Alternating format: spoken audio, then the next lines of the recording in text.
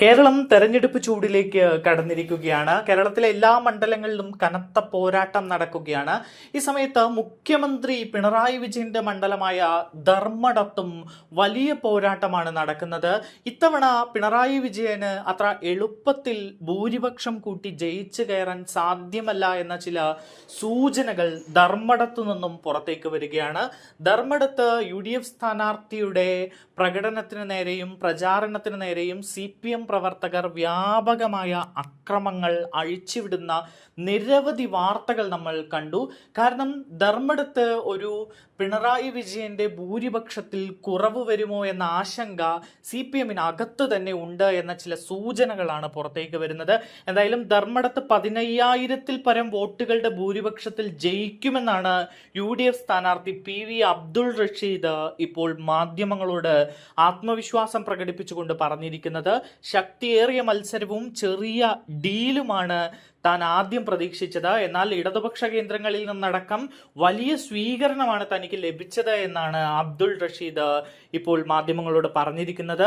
സ്വന്തം മണ്ഡലമായിട്ടും ജനങ്ങൾക്ക് വേണ്ടി മുഖ്യമന്ത്രിക്ക് ഒന്നും പൂർത്തീകരിക്കാനായിട്ടില്ല എന്നും അദ്ദേഹം വിമർശിക്കുന്നുണ്ട്. സംവാദത്തിന് ക്ഷണിച്ചിട്ട് പോലും മുഖ്യമന്ത്രി വന്നില്ല. ട്രഷറിയും വിദ്യാഭ്യാസ വകുപ്പ് ഓഫീസും എല്ലാം വാടക കെട്ടിടത്തിലാണ് പ്രവർത്തിക്കുന്നത്. ഒടുവിൽ അത് കണ്ണൂരിലേക്ക് മാറ്റുകയാണ്.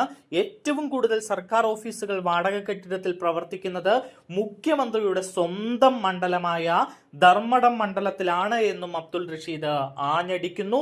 തന്റെ ഒപ്പം ഒരു 5 മിനിറ്റ് സംവാദത്തിനിരിക്കാനും അബ്ദുൾ റഷീദ് മുഖ്യമന്ത്രിയെ ക്ഷണിച്ചിരിക്കുകയാണ്. അങ്ങനെയെങ്കിൽ 140 MLA-മാരിലെ ഏറ്റവും മോശം MLA ആയിരുന്നു അദ്ദേഹം എന്ന് താൻ തെളിയിക്കാമെന്നാണ് മുഖ്യമന്ത്രിക്കെതിരെ അതിരൂക്ഷമായ വിമർശനം ഉന്നയിച്ചുകൊണ്ട് അദ്ദേഹം പറഞ്ഞിരിക്കുന്നത്. ജനങ്ങൾ തന്ന ആത്മവിശ്വാസമാണ് തനിക്കുള്ളത് എന്നും അബ്ദുൾ റഷീദ് പറയുകയാണ്. യൂത്ത് കോൺഗ്രസിന്റെ സംസ്ഥാന ജനറൽ സെക്രട്ടറിയാണ് VP അബ്ദുൾ റഷീദ്. നേരത്തെ അബ്ദുൾ റഷീദ് തളിപ്പറമ്പിൽ മത്സരിക്കുമെന്നാണ് കരുതിയിരുന്നത്. എന്നാൽ TK ഗോവിന്ദൻ തളിപ്പറമ്പിൽ UDF സ്വതന്ത്രനായതോടെ അബ്ദുൾ റഷീദിനെ ധർമ്മടത്തേക്ക് മാറ്റുകയായിരുന്നു. ധർമ്മടത്ത് വമ്പൻ വിജയം നേടുമെന്ന ആത്മവിശ്വാസം അദ്ദേഹം പ്രകടിപ്പിക്കുന്നുണ്ട്. എന്നാൽ ധർമ്മടത്ത് മുഖ്യമന്ത്രി പിണറായി വിജയന്റെ ഭൂരിപക്ഷത്തിൽ എന്തെങ്കിലും കുറവ് അബ്ദുൾ റഷീദിന് വരുത്താൻ കഴിയുമോ എന്ന ചോദ്യം നാലുകോണിൽ നിന്നും ഉയരുന്നുണ്ട്. അങ്ങനെ UDFന്റെ ഈ സ്ഥാനാർത്ഥിക്ക് എന്തെങ്കിലും ഒരു കുറവ് ഭൂരിപക്ഷത്തിൽ വരുത്താൻ കഴിയുമെങ്കിൽ അത് മുഖ്യമന്ത്രി പിണറായി വിജയന് വലിയ തിരിച്ചടിയാകുമെന്ന കാര്യത്തിൽ സംശയമില്ല.